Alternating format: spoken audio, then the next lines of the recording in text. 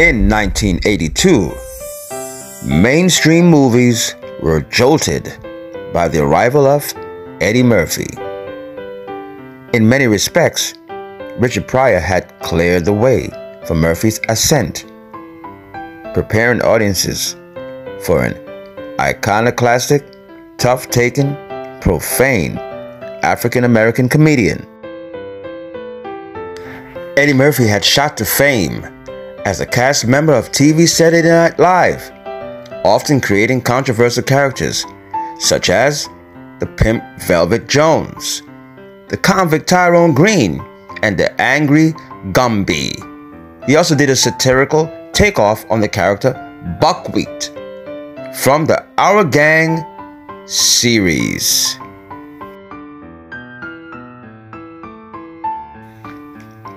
He was soon off and running in a series of hit movies, starting in Walter Hill's fast-moving 1982 action comedy 48 Hours. In the movie, he played the prison inmate Reggie Hammond, who was sprung from jail to help white cop Jack Cates, played by Nick Nolte, track down two killers. Murphy was quick on the draw and able to hold the screen with the same ease and dexterity as his far more experienced co-star. Most believed the scene of Reggie posing as a police officer in a redneck bar spotlighted the comic at his assured best. And even if you don't believe in the scene, you cannot ignore how he emoted confidence on the screen. It was not hard to enjoy the way his brash, hip, so-called urban character used his street smarts to outwit them all. Unfortunately, the movie was criticized for its violence in its day. Remember, this is 1982. For later generations, 48 Hours also had a misogynistic streak as Nolte battles it out with his girlfriend, and Murphy's character has a fling with a young African-American woman whom he appears to wrongly regard as a prostitute.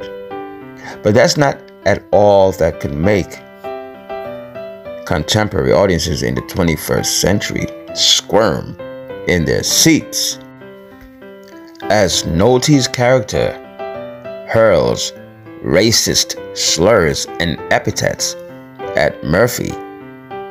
Moviegoers are to laugh at the remarks, as if we're all adult enough now to realize it's just talk. I mean, that's all it seemed at the time, maybe. But in closing of the action, Cates made a half-hearted apology to Hammond, the way a macho tough guy might do. But viewers still may feel uncomfortable with this aspect of a very popular film.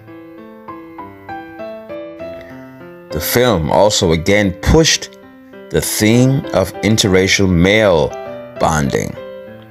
It is considered the first of the white and black buddy cop pictures, a new genre that continued throughout the 1980s.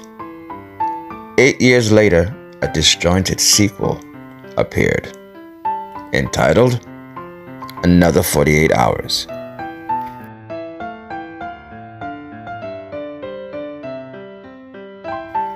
Murphy's next film was John Landis's Trading Places, which also toyed with the bonding theme, while exploring comically the long-debated theory of heredity versus environment in determining one's place in society.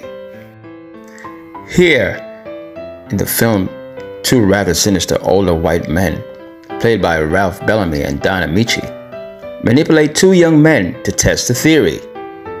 One is a white investment broker, Louis Winthrop, played by Dan Aykroyd. The other, a really black con man, Billy Ray Valentine, played by Murphy. Winthrop is stripped of his class and status, while Billy is elevated to a position of wealth and privilege for which he is not prepared. An unsettling strain of possible racism runs through the depiction of the urban character, played by Eddie Murphy. Forever crude and coarse, forever trying to get over, Murphy does not always work against the script to bring some nuance to his character, and frankly, at times with his broad grin and popping eyes, his characterization bordered on caricature. When he was asked back in 1983 in a cast and director interview for Trading Places in Britain, the question was, what great questions does Trading Places offers answers to? He responded, None whatsoever. You know, we're doing this movie, and I think all movies should be this way. We shouldn't try to say anything. People come to see movies and this is my personal belief. People come to see movies, people buy records, and anything that has anything to do with entertainment, people use them as an escape, I feel. And I don't try to say anything with my comedy, and I don't try to do anything when I do an album, and I don't try to say anything with a character when I do it in a movie. I'm just trying to be entertaining. I don't think anybody should I don't think you should take power. Like, a motion picture is real powerful, man. Like movies like, what was that movie that with De Niro? Taxi Driver. Yeah, people are saying that this guy went to a taxi driver and went out and was like, I want to be like, one shot the president. Motion picture is real powerful. I don't think you should say anything with it. Just do it and be entertaining and be funny. That's why I feel. I don't want to say anything. So there you have it, in his own words. He doesn't want to do anything that's going to present any messages, just entertainment. At that time, remember now, he was about 22, so you have to consider that he was a young man talking that way.